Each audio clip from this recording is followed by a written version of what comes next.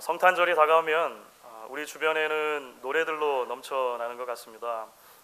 요즘에는 이제 11월 정도만 접어들면 벌써 라디오를 틀었을 때 캐롤들이 흘러나오고 하는 것을 듣게 됩니다. 식당이나 또는 몰이라도 갈라치면 여지없이 크리스마스 캐롤, 크리스마스 노래들이 흘러나오는 것을 보게 됩니다. 유명하다는 가수들 중에는 이런 시즌에 특별하게 음반을 내기도 하고, 그래서 유명한 가수나 그룹들이 이 크리스마스 특별 음반들을 내는 거 아마 여러분들도 보신 적들이 많이 있으실 것입니다.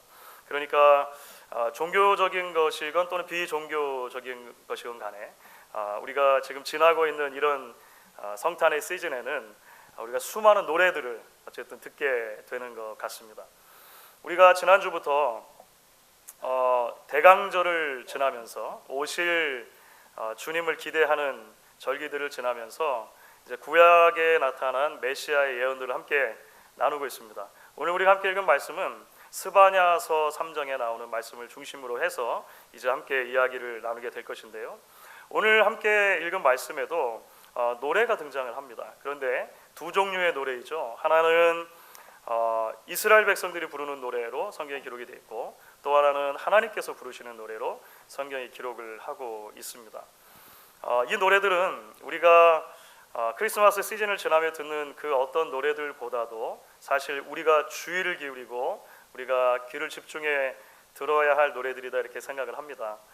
왜냐하면 예수님께서 오시기 전 600년 전에 한 선지자의 입술을 통해 예언한 이 노래를 통해서 우리가 성탄의 주인공으로 오시는 예수 그리스도가 어떤 분이신가에 대해 조금 더 이해할 수 있고 조금 더 하나님께서 주시는 은혜를 나눌 수 있기 때문에 그럴 것입니다. 오늘 그래서 이 말씀을 통해 하나님께서 주시는 은혜를 나누고 성탄에 통한 말씀들을 같이 나눌 수 있으면 좋겠습니다. 오늘 말씀 가운데 먼저 등장하는 노래, 첫 번째 종류의 노래는 이스라엘 백성들의 노래라고 할 수 있습니다. 오늘 본문 가운데는 이제 그 선지자가 이스라엘 백성들에게 노래하라고 명령하는, 노래하라고 이야기해주는 형태로 등장을 하죠. 그것이 14절 말씀입니다. 여러분들 14절 말씀을 그러면 같이 한번 읽어보도록 하겠습니다. 같이 읽습니다. 시온에 따라 노래할지어다, 이스라엘아 기쁘게 부를지어다, 예루살렘 따라 전심으로 기뻐하며 즐거워할지어다. 14절 읽으시면서 가장 많이 반복되는 어떤 이미지가 있다면 무엇이라고 생각하십니까?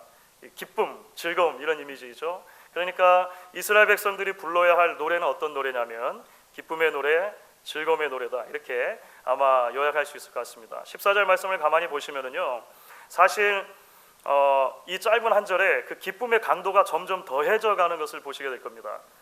스바냐 선지자가 사용하는 언어들을 보시면 처음에 노래할지어다 이렇게 이야기했다가 기쁘게 부를지어다 이야기했다가 전심으로 기뻐하며 즐거워할지어다, 그렇죠? 이렇게 이야기를 합니다.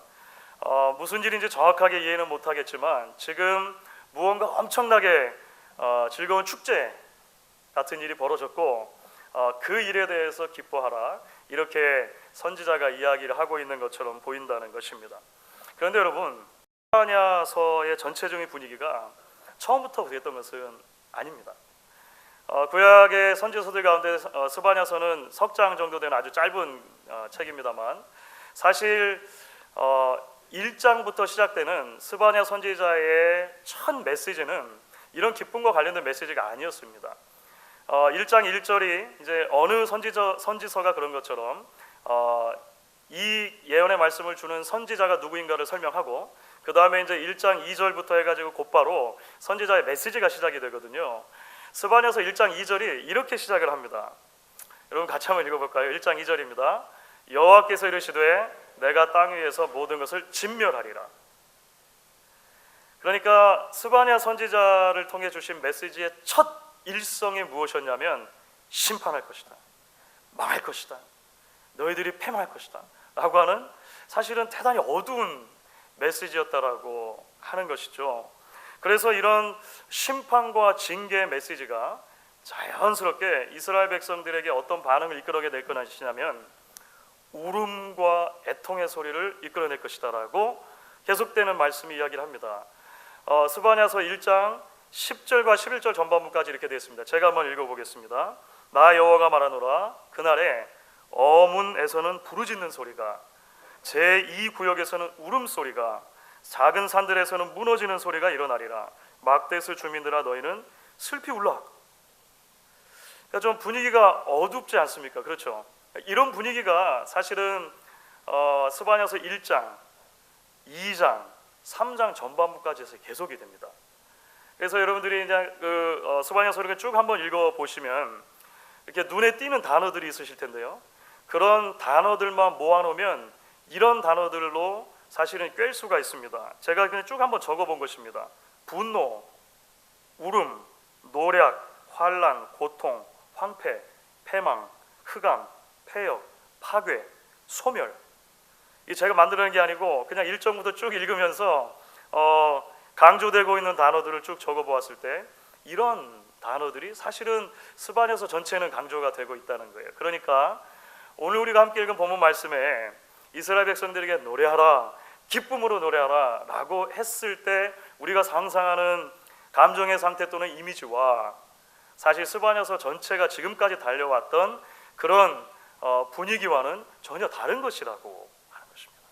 그러면 도대체 어떻게 해서 이런 급격한 분위기의 전환이 이루어졌냐라고 하는 것이죠. 그렇죠. 도대체 무엇이 이런 극적인 변화를 가능하게 했느냐라고 하는 것에 우리가 조금 더 주목을 해봐야 할 것 같습니다. 오늘 우리가 함께 읽은 본문 가운데 스바냐서 3장 15절에 이제 그 힌트가 들어있는 것을 보시게 될 겁니다. 여러분들 3장 15절 말씀 이제 저와 여러분이 함께 한 목소리를 읽어보도록 하겠습니다. 여호와가 내 형벌을 제거하였고 내 원수를 쫓아냈으며 이스라엘 왕 여호와가 내 가운데 계시니 내가 다시는 화를 당할까 두려워하지 아니할 것이라. 여러분 이게 무슨 말일까요?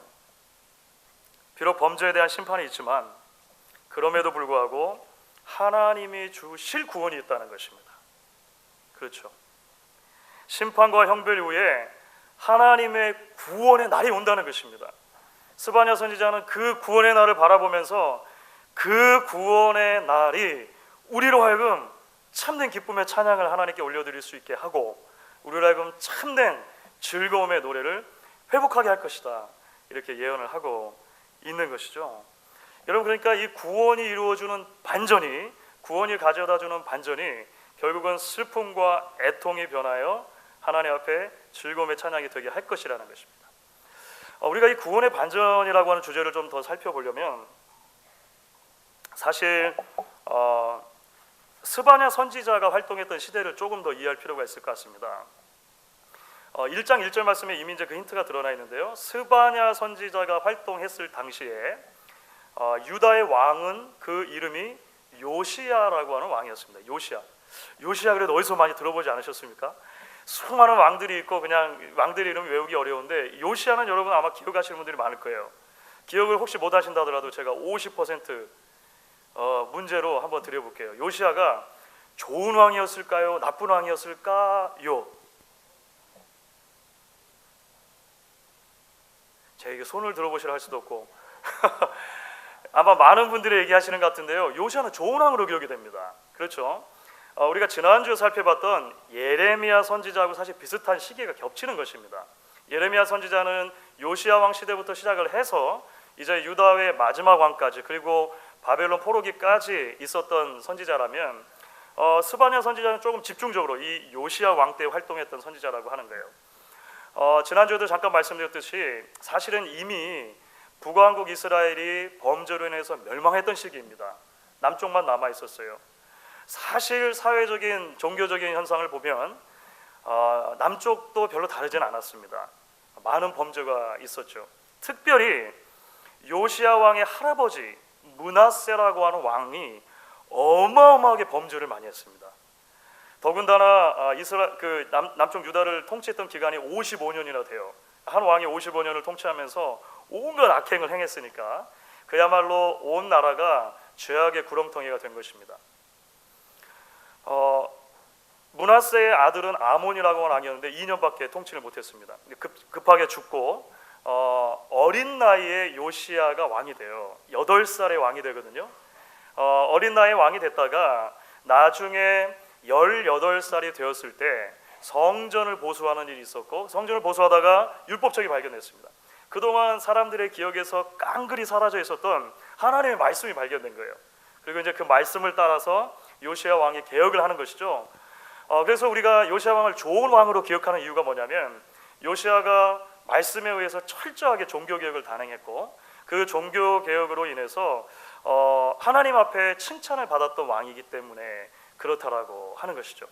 열왕기하 22장 23장 같은 데를 보시게 되면, 그래서 요시야가 그 행했던 철저한 종교 개혁의 이야기들이 기록이 되어 있습니다. 그런데 왜 스바냐 선지자는 이렇게 좋은 왕이 통치하는데, 그렇죠, 이렇게 훌륭한 왕이 종교를 개혁하고 뭔가 새롭게 해보려고 하는 찰나에 오늘 말씀에서 주시는 것처럼 심판의 메시지, 그렇죠, 망한다라고 하는 메시지를 주냐라고 하는 것입니다. 여러분, 그런 생각 안 해보셨어요? 왜 그럴까요? 그 이유를 요시야의 종교개혁이 이제 다 끝나고 이제 그 마무리하는 대목에서 열왕기하 23장에 보면 조금 설명을 하는 것을 보게 됩니다. 열왕기하 23장 25절과 26절 말씀을 한번 볼 텐데요. 이렇게 기록이 되어 있습니다. 여러분, 조금 글씨가 작지만 저하고 같이 한번 읽어보도록 하겠습니다. 같이 읽습니다. 요시야와 같이 마음을 다하며 뜻을 다하며 힘을 다하여 모세의 모든 율법을 따라 여호와께로 돌이키는 왕은 요시야 전에도 없었고 후에도 그와 같은 자가 없었더라. 그러나 여호와께서 유다를 향하여 내리신 그 크게 타오르는 진노를 돌이키지 아니하셨으니 이는 므낫세가 여호와를 경노하게 한 그 모든 경노 때문이라. 므낫세가 누구라고 그랬죠? 요시야 할아버지입니다. 이게 무슨 말입니까? 이 말씀은 죄가 얼마나 심각한 실체인지를 보여주는 말씀입니다. 그렇죠? 반면에 인간의 선한 노력과 개혁이 얼마나 한계가 있느냐 하는 것도 보여주는 말씀이라고 하는 것입니다. 죄의 무서움을 보여주고, 또한 사람이 이룰 수 있는 선행, 사람이 이룰 수 있는 착한 삶의 한계가 무엇인가, 이 말씀처럼 정확하게 보여주는 구절도 없다는 거예요. 그래서 오늘 우리가 일부러 이제는 우리 찬송가에 실리지도 않은 그 찬송가 203장, 이전의 찬송가 203장을 같이 불렀죠. 그 1절 가사가 여러분 이렇게 노래하지 않았습니까? 나 행한 것으로 구원을 못 얻고 이 육신 힘껏 애써도 죄 씻지 못하네. 나 혼자 힘으로 내 주를 못 뵙고 나 탄식하며 울어도 내 짐을 못 벗네. 여러분, 이것이 죄의 크기고 실체이고 인간이 직면한 사실은 운명이었다라고 하는 거예요. 그래서 구원은 항상 내가 만들어내는 구원이 아니라 하나님이 주시는 구원이어야 하는 것입니다. 외부로부터 하나님께서 아들 예수 그리스도를 우리에게 선물로 주시고 그 구원자 메시아를 통해서 하나님이 우리에게 부어주시는 구원이어야만 하는 것이죠. 그래서 같은 찬송가 2절에서 우리가 이렇게 찬양을 했던 것입니다. 주 예수 공로만 내 짐을 벗기며 주 예수 흘린 피로써 나 평화 얻겠네. 주 예수 사랑이 내 근심 쫓으며 내 병든 영혼 고치사 참 자유 주시네. 오늘 스바냐 선지자가 바라본 것이 무엇입니까? 이 심판의 메시지 가운데 그 여호와의 날을 바라본 것이죠. 그 여호와의 날이 가져다 줄 구원의 반전이 있어야 우리 삶 가운데 진정한 기쁨의 노래가 회복될 것이다 라고 스바냐 선지자는 이야기하고 우리를 그 기쁨의 노래로 초대하고 있는 것입니다. 여러분, 그렇기 때문에 오늘 본문에 나온 이제 노래 가운데 우리가 조금 더 우리의 시선을 두 번째 종류의 노래에 맞출 필요가 있습니다. 오늘 본문 가운데 나타난 두 번째 노래는 하나님의 노래입니다. 하나님의 노래. 그 하나님의 노래가 우리가 너무 잘 아는 말씀이죠. 스바냐서 3장 17절 말씀입니다. 저와 여러분이 같이 한번 읽어보도록 하겠습니다. 같이 읽습니다. 너의 하나님 여호와가 너희 가운데에 계시니 그는 구원을 베푸실 전능자이시라. 그가 너로 말미암아 기쁨을 이기지 못하시며 너를 잠잠히 사랑하시며 너로 말미암아 즐거이 부르며 기뻐하시리라 하리라. 이런 게 무슨 말일까요? 하나님의 백성들이 불러야 할 또는 불러서 마땅할 노래 이전에 하나님의 노래가 있었고 그 하나님의 노래를 우리가 듣는 것이 훨씬 중요하다라고 이야기를 하는 것입니다.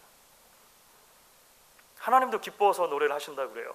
그런데 무엇 때문에 기뻐하십니까? 오늘 말씀 가운데 보면 너 때문에 기뻐하신다고 되어 있습니다. 너 때문에. 이 너는 1차적으로는 이스라엘 민족이죠. 유다 백성들일 것입니다. 그리고 우리들도 그 안에 포함되어 있다라고 말할 수 있을 거예요. 그런데 여러분, 지금까지 제가 쭉 설명드렸지 않습니까? 이 너는 결코 완전한 너가 아니라고 하는 거예요. 오히려 죄악투성이인 너라고 하는 것입니다. 엉망진창으로 망가져서 아무리 닦아도 깨끗해질 수 없는, 나의 개혁과 나의 노력으로 무엇인가 하나님께 이룰 수 없는 그 너가 바로 오늘 본문이 말하는 너라고 하는 것입니다. 그런데 하나님께서 그 너를 사랑하시는 것을 멈출 수 없었다는 거예요. 그 너를 향한 기쁨의 노래를 그래서 하나님이 부르신다고 하는 것입니다. 한 어머니가 어린이집 모임에 참석을 했습니다. 어린이집 선생님이 그런데 그 어머니에게 이렇게 말을 해요. 어머님, 아드님이 너무 주의가 산만합니다. 단 3분도 제자리에 앉아있지를 못해요. 엄마 마음이 아팠겠죠. 그런데 집에 돌아오는 길에 이 엄마가 아들에게 말합니다. 오늘 선생님께서 너를 무척 칭찬하셨어. 평소 같으면 의자에 1분도 못 앉아있는 아이인데 이제 3분씩이나 앉아있다고. 선생님이 너 기대하신다고 이야기해 줬어. 이렇게 말을 해줍니다. 이 아이는 평소처럼 밥 투정하지 않고 집에 가서 밥을 2공기나 뚝딱 비웠습니다. 시간이 흘러서 이 아들이 초등학교에 들어가요. 어머니가 학부모의 회의에 참석했는데 학부모 회의에서 선생님이 이렇게 이야기를 하는 것입니다. 어머님, 아드님이 성적이 너무 안 좋아요. 다른 아이들에 비해서 너무 뒤처지는 것 같아요. 아마 스페셜한 케어가 필요할지 모르니 검사를 받아보는 게 좋겠어요. 사실 엄마로서의 역장이 무너지지 않습니까? 그런데 기다리고 있던 아들에게 이제 엄마는 이렇게 또 이야기를 해줍니다. 오늘 선생님께서 너를 정말 믿고 계시다고 이야기해 줬어. 너는 결코 머리 나쁜 학생이 아니다. 조금만 노력하면 되겠다라고 이야기해 줬어. 이 아이의 얼굴 표정이 훨씬 더 밝아집니다. 조금 더 시간이 흘러서 이제 중학교 이제 졸업할 쯤이 돼요. 선생님이 또 면담을 하는 자리에서 이렇게 이야기를 했다는 거예요. 죄송하지만 아드님 성적으로는 명문고에 가는 것은 불가능할 것 같습니다. 아예 꿈도 꾸지 않으시는 것이 좋겠습니다. 이렇게 얘기했다는 거예요. 교문 밖에 기다리고 있던 아들을 또 데리고 오면서 엄마가 이야기하는 거죠. 담임 선생님께서 너를 너무나 자랑스러워 하시더라. 조금만 노력하면 정말 좋은 학교에 갈 수 있다고 선생님이 얘기해 주셨어. 아들이 정말로 열심히 노력하고 명문 고등학교 들어갔다고 해요. 그리고 좋은 성적으로 졸업을 합니다. 그리고 나중에는 이제 좋은 대학교에 들어가게 되고 입학 허가증을 받게 됐어요. 그 입학 허가증을 받고 메일로 발송된 그 입학 허가증을 받고 어머니에게 가서 이 아들이 사실 펑펑 울면서 이야기를 하는 것이죠. 어머님, 제가 똑똑한 아이가 아니었다는 걸 저도 너무 잘 알고 있었어요. 그런데 어머니께서 저를 믿어주시고 격려해 주셔서 제가 이렇게 되었어요. 어머니, 정말 감사합니다. 이야기했다는 거예요. 여러분, 사실 이 이야기가 대한민국 최초의 범죄 심리 분석관이고 경찰대학 교수였고 지금은 국회의원인 표창원 교수 이야기입니다. 실제 이야기입니다. 표창원 교수를 혹시 들어보셨습니까? 표창원 의원이기도 한데 지금은 대단한 어머니다 생각이 듭니다. 아인슈타인의 어머니도 이런 비슷한 이야기로 대단히 유명하신데 이야기를 들으면서 굉장히 큰 감동이 되었습니다. 사랑하는 여러분, 하나님 앞에서 볼 때 우리는 사실 100점이라고 도저히 할 수 없는 사람들입니다. 그러니까 믿음의 가정에서 태어나고 그렇지 않고의 문제가 아닌 것입니다. 우리가 조금 사회적으로 성공했느냐 그렇지 않느냐 문제가 아닌 것입니다. 우리가 조금 남들보다 착한 삶을 사느냐 아니냐의 문제도 아닌 것이죠. 불꽃 같으신 하나님의 눈앞에 보면 사실 우리 모두는 하나님의 구원을 받을 만한 그런 자격이 전혀 없다는 것이 성경의 가르침이라고 하는 거예요. 너무나 모자른 사람들이죠. 그런데 하나님이 왜 우리를 기뻐하십니까? 하나님의 사랑이라고 하는 것 외에는 설명할 길이 없는 것입니다. 오늘 스바냐서 3장 17절 말씀처럼 그가 우리를 잠잠히 사랑하신다는 것입니다. 말하지 않으셔도, 표현하지 않으셔도 하나님께서 사랑하시고, 심지어 그 사랑 때문에 나 때문에 노래하고 계시다라고 하는 것이 오늘 말씀을 통해서 우리가 듣게 되는 하나님의 말씀이라고 하는 거예요. 여러분, 오랜 기독교의 역사 속에서 대강절 기간을 지나는 동안 우리 믿음의 선배들은 이 스바냐서 3장의 말씀을 읽어왔습니다. 우리가 지금 교회가 계속 읽어왔던 성서 일과표 렉셔너리를 따라서 읽는 여러 본문 가운데 한 본문을 택해서 말씀을 나누고 있어요. 왜 그랬겠습니까? 이 말씀은 구약에 숨겨져 있는 복음이기 때문에 그렇습니다. 그렇죠? 이 하나님의 사랑 노래 때문에 결국 예수님께서 이 땅에 오신 것이죠. 그 사실을 믿으시는 저와 여러분 되실 수 있기를 주의 이름으로 축원합니다.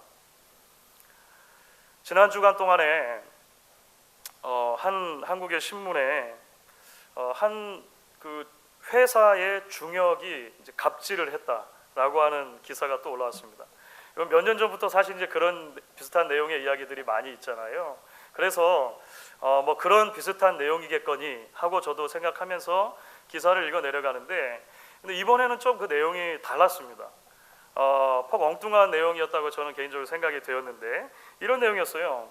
여러분, 한국에서 제가 얼마 전에도 말씀드렸던 것 같은데 11월 11일을 한국에서 뭐라고 하는지 아시죠? 혹시 아십니까? 11월 11일 한국에서 빼빼로데이라고 해요. 빼빼로데이. 빼빼로 과자를 아십니까? 미국 버전에는 포키라고 있는 길쭉한 과자 있잖아요.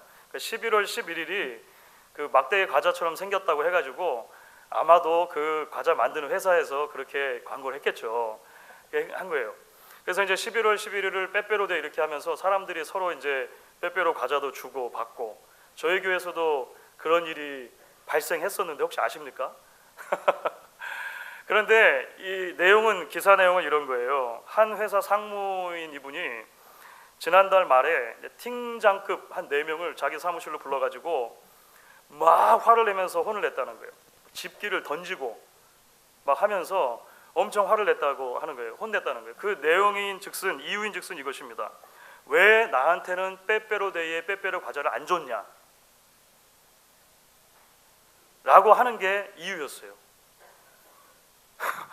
회사원들이 자기들끼리 빼빼로 과자를 나눠 먹으면서 상무인 나에게 왜 안 줬냐 라고 하는 거예요. 그러니까 이 갑질이라고 하기에는 좀 너무 지질하잖아요. 그죠? 제가 이야기를 읽으면서 좀 엉뚱하다 이런 생각을 했습니다. 그런데 더 어이가 없었던 일은 이것입니다.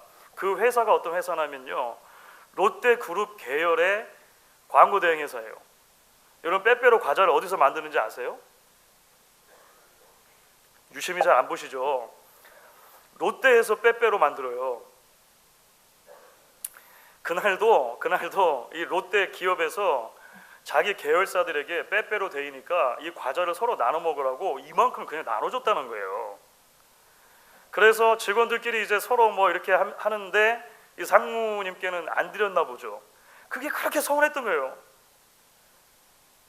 그게 그렇게 마음이 아팠던 거예요. 그래가지고 그 팀장급들을 불러다 놓고 30분 동안이나 막 소리 지르고 분노하고 집어던지고, 나중에 보니까 그 집어던졌던 것 중에 빼빼로 과자도 있었다고 해요. 여러분, 이 이야기를 들으시면서 어떤 생각이 드십니까? 저는 뭐 한편으로 참 말도 안 되는 갑질이다 라고 하는 생각이 한편으로 들기도 했는데, 또 한편으로는 좀 측은한 생각이 들었습니다. 측은한 생각. 얼마나 사랑에 고팠으면 그랬을까? 얼마나 관심에 고팠으면 그랬을까? 라고 하는 생각을 했어요. 여러분, 그 사람이 돈이 없어서 빼빼로 과자를 못 사 먹어서 그런 거 아니잖아요. 그렇죠? 아닌 말로 빼빼로 만드는 회사의 계열사의 중역이잖아요. 중역, 상무. 사랑에 메마른 시대, 사랑을 구해도 온전한 사랑을 받지 못하는 시대, 그 한 단면을 보는 것 같아서 좀 마음이 아팠고, 또 때로 우리 교회 안에서는 이런 종류의 일은 일어나지 않는지 생각하며 조금 마음이 아프기도 했습니다. 그런데 여러분, 오늘 말씀이 우리에게 전해주는 메시지가 무엇입니까? 성탄의 주인공으로 오신 예수님을 바라보며 우리가 저 하늘로부터 들려오는 노래소리를 들을 수 있다는 거예요. 그 노래가 우리에게 뭐라고 이야기해 줍니까? 내가 너희를 너무나 사랑한다라고 하는 노래라고 하는 거예요. 내가 말할 수 없이 너희를 사랑하고 그 사랑 때문에 기뻐 흥얼거리고 있다 노래하는 거예요. 완전하신 사랑, 절대적인 사랑으로 우리에게 다가오시는 그 하나님의 음성을 우리가 오늘 말씀 통해 듣는 것입니다. 그렇기 때문에 사랑하는 여러분, 우리가 이 사랑의 노래를 기억할 때 우리는 비로소 하나님을 향한 우리의 온전한 기쁨의 노래가 회복될 수 있다고 생각합니다. 우리 입술에 하나님을 향한 기쁨의 찬송이 끊겨지고 오히려 불평과 불만, 시기와 질투의 소리들이 가득 찰 때는 언제입니까? 이 하나님의 어마어마한 사랑의 크기를 더 이상 실감하지 못할 때가 아닌가 생각을 해보게 됩니다. 여러분, 포도원 품꾼의 비유 다 아시죠? 마태복음에 나오는 포도원 품꾼의 비유입니다. 그런데 사실 그 비유를 읽다 보면 조금 마음속에 이런 질문들이 들어요. 아니, 어떻게 1시간 일한 사람하고 8시간 일한 사람을 똑같이 대해줄 수 있는가? It's unfair. 이것은 불공평하다 생각이 드실 줄 모르겠습니다. 아니, 어떻게 모태신앙으로 태어난 사람의 신앙과 지금 막 예수 믿은 사람의 신앙을 똑같다고 하시나? 그런 자연스러운 생각들이 우리 안에 들지 않습니까? 어떻게 교회에 개척기로부터 있었던 사람과 최근에 교회에 오신 분이 어디 같다고 할 수 있는가? 우리 마음속에 그런 생각이 들지 않습니까? 만약에 하루를 24시간으로만 정의하고 그 24시간으로 1과 8을 나누면 우리는 그렇게 이야기할 수 있어요. 24분의 1이면 24분의 1만큼 중요하다고 우리는 생각할 수 있을 것입니다. 하지만 그것이 24분의 8이면 3분의 1만큼의 중요성이 있다고 아마 생각하지 않을까요? 그런데 여러분 아십니까? 만약에 그 나눔의 분모를 무한대로 하면 어때요? 무한대를 가지고 1을 나누는 것과 무한대를 가지고 8호를 나누는 것이 의미가 있습니까? 없죠. 그 말씀에서 우리에게 가르쳐주는 하나님의 사랑은, 하나님의 은혜는 무엇입니까? 모든 사람에게 무한대의 은혜를 베풀어 주시는 것이 하나님의 사랑이다라고 이야기해 주시는 것입니다. 우리가 은혜를 셀 수 있을 정도의 작은 것으로 생각하기 때문에 우리가 비교하는 것이죠. 그때 서운해지고 우리 안에 불평과 불만이 가득 차게 되는 것입니다. 사랑하는 여러분, 말씀을 마무리하도록 하겠습니다. 연회처럼 올해도 성탄의 시즌을 지나면서 우리가 수많은 노래들을 듣게 될 것입니다. 그리고 수많은 노래들을 부르게 될 것입니다. 우리가 다음 주에는 특별히 성탄 주일 온가족 예배를 드리면서 이런 축하 행사도 갖게 되지 않겠습니까? 그러나 여러분, 무엇보다도 오늘 말씀을 통해 주시는 하나님의 사랑의 노래를 들으시는 여러분들 되실 수 있기를 바랍니다. 이 사랑의 노래가 없었다면 독생자 예수의 성탄도 없었을 것이기 때문에 그렇습니다. 동시에 말할 수 없는 기쁨으로 저와 여러분을 사랑하시고 기뻐해 주시고 노래해 주시는 그 하나님 사랑 안에서 참된 성탄의 찬송, 참된 기쁨의 노래가 우리에게도 회복되어질 수 있기를 소망합니다. 이 성탄의 계절에 저와 여러분이 부르는 그 노래가 하나님이 부르시는 노래와 함께 아름다운 코러스를 이루어 드릴 수 있는 기적 같은 일이 일어날 수 있기를 주의 이름으로 간절히 축원하겠습니다. 우리 이제 같이 한번 찬양하겠습니다.